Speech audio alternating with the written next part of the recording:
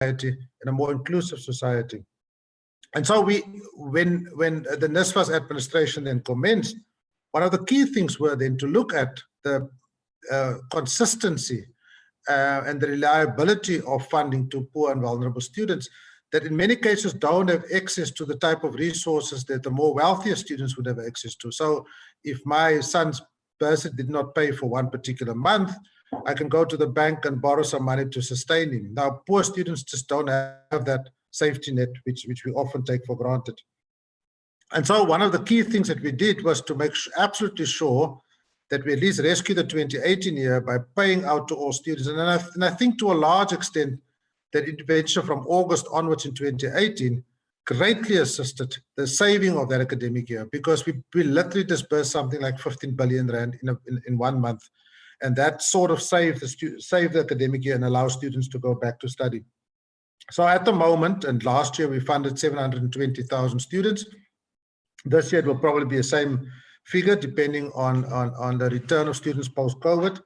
And certainly going forward, that is going to be the ballpark figure. So this is a massive investment for government in bringing the poor and the vulnerable into the opportunities, economic or otherwise, of this country. And therefore, it has to be absolutely be protected going forward.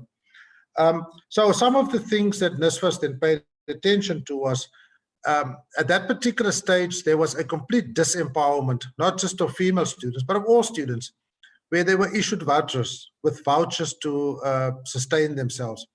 Now, if you had traveled the world, vouchers in any other country are meant for drug addicts and alcoholics.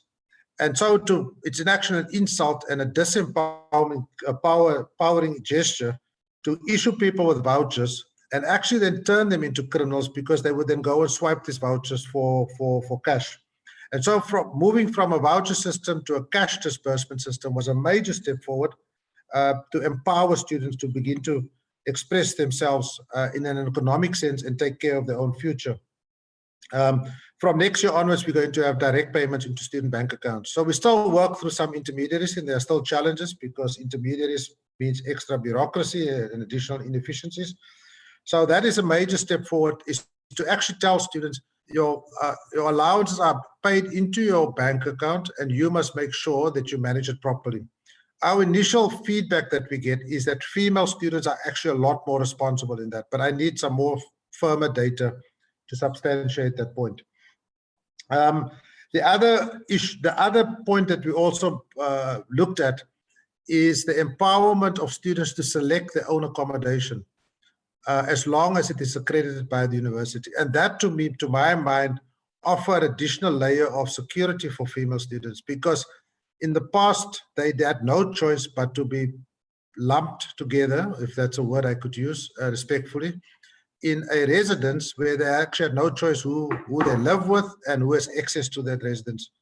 And so we have now moved to a stage where students can now select their own residence and make sure, or their own the place of accommodation, and make sure that they do so in a manner that is conducive to their study and that they don't have to live in fear. Now, this is all work in progress. I will never claim that we are there already, but we are opening up these opportunities for students to begin to look after themselves in a lot